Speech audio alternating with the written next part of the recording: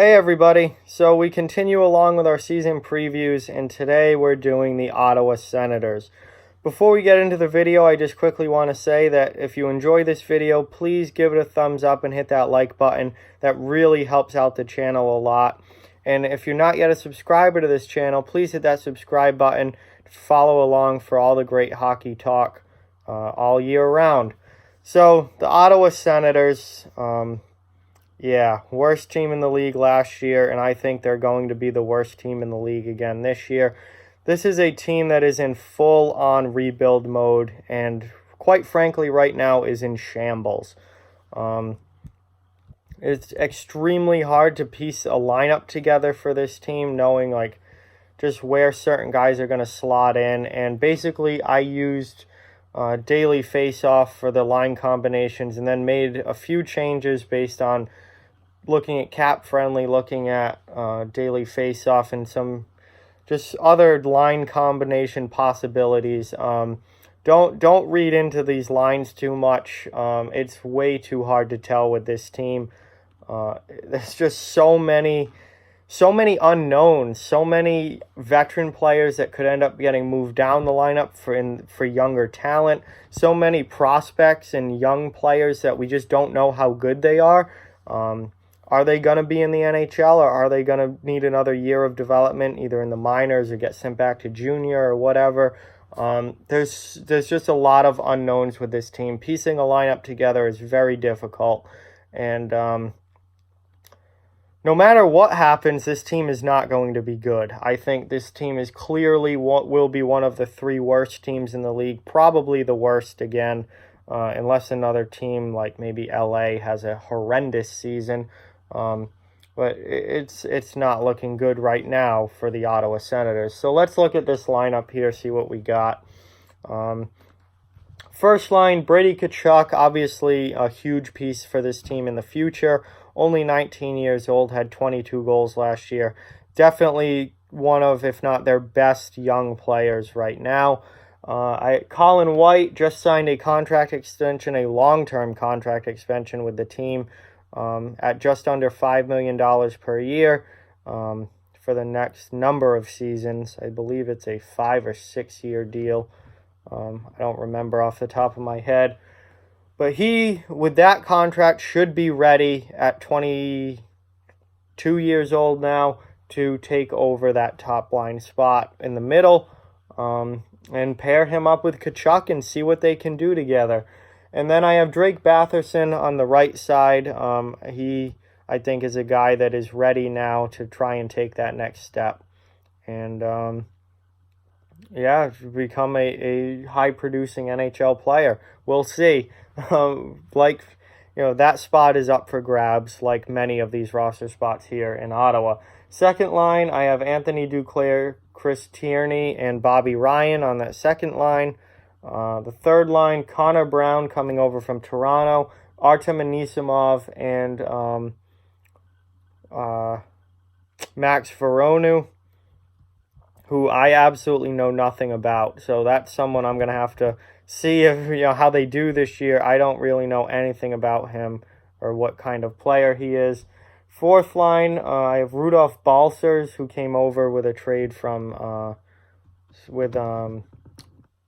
San Jose, J.G. Peugeot, and Mikhail Bodka rounding out your forward group. Again, if you know anything about hockey in the NHL and you watch the NHL at all, you know that this forward group is just severely lacking. So many unknowns, a lot of young kids, a lot of kids, only 21, 22, 23 years old.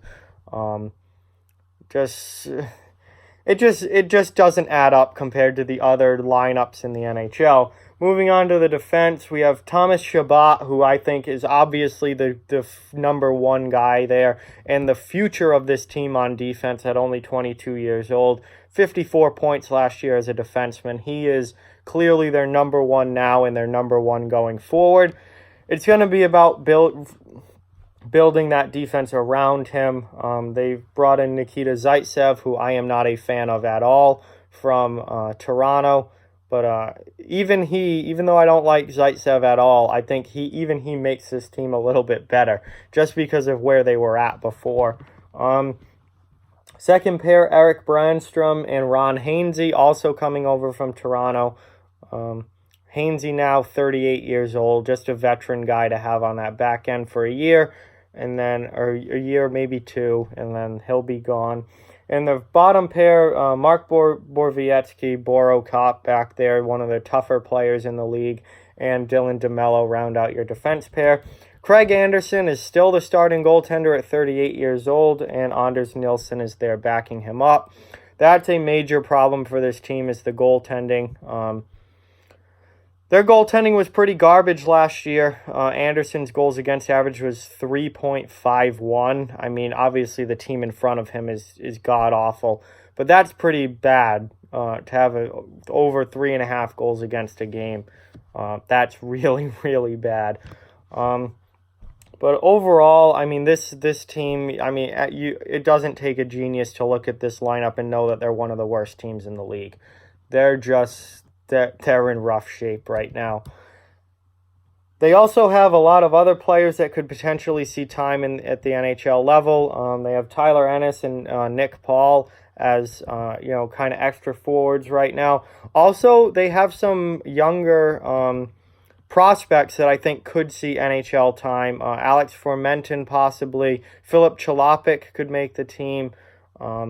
Or Jack Rodwald's another guy that you could potentially see at the NHL level at some point this year. They've got some young guys that could compete for spots. Logan Brown, another guy, only 21 years old, that could end up getting NHL action this season. And if they have a good preseason or in a good training camp, they could potentially take a roster spot out of the gate. There's certainly going to be a lot of competition in training camp and roster spots up for grabs with this team. Defensively, I would say that you're looking at Christian Wallinen as your seventh defenseman most likely, and then they have Christian Jaros and Max Lajoie as also young guys that could potentially take a spot on this top six from someone else in training camp or the preseason. Who knows? Putting this roster together is just a big guessing game of who knows, because there's so many young pieces that we don't really know that much about.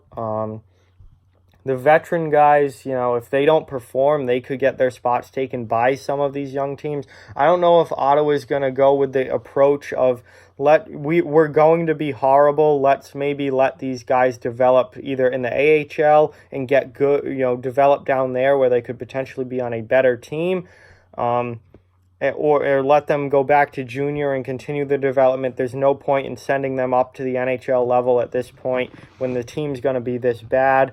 Or they could take the approach of, we're going to stink, why don't we just let the young guys play and see what we've got, and kind of go by the trial by fire type route and just throw these guys up there at the NHL level and say, hey, see what you guys can do. I don't know which way Ottawa's going to go, but they've got a lot of young pieces. They've got a lot of question marks, and it's all but obvious that they're going to be one of the worst teams again this year. They are in full rebuild mode. This lineup is not good. So if you're an Ottawa Senators fan, what do you have to look forward to? There is one thing with Ottawa that I am very happy about, I guess, and would be very happy about if I were a Senators fan. The Ottawa Senators have 5 picks in the first 2 rounds of this year's draft, and they have 4 picks in the first 2 rounds of the 2021 draft. So that means over the next 2 drafts, 2020 and 2021, they have 9 picks in the first 2 rounds. That's because of trades with San Jose and Columbus mostly. That is a very good sign for Ottawa. I hope they don't trade those picks away, and I hope they can actually draft well. Because if they can draft well these next 2 drafts, you're looking at a team that may be absolutely awful now, but thinking maybe like 4 or 5 years down the road, you could have a really, really good team if they draft well at those spots. There was a lot of talk about them not having their first round pick this past draft because of a trade, because of the Matt Duchene deal, and that they missed out on an opportunity to get a very, very good player with a very high pick in this draft.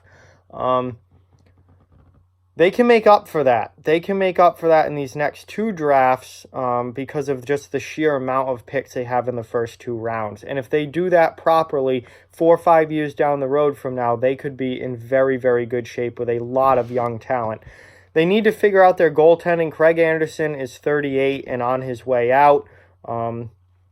They need a franchise goaltender. They need a long-term franchise goaltender.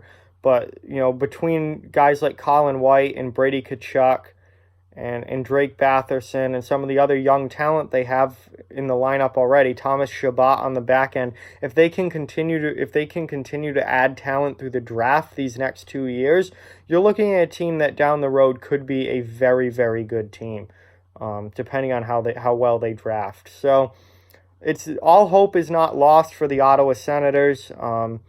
They're going to be pretty poor this year, I fully expect, and they're certainly a rebuilding team, but the future could be bright if they do this rebuild correctly. Something to look forward to certainly is the sheer number of draft picks they have in the next couple of drafts. So, with that, like, comment, share, subscribe, follow on social media. All those links are down in the description below. If you'd like to further support the channel, the links to our Patreon and merchandise store are down in the description as well. Keep spreading the word about this channel. Let's keep this thing growing. Thank you very much for watching. I hope you enjoyed the video, and I'll talk to you guys soon.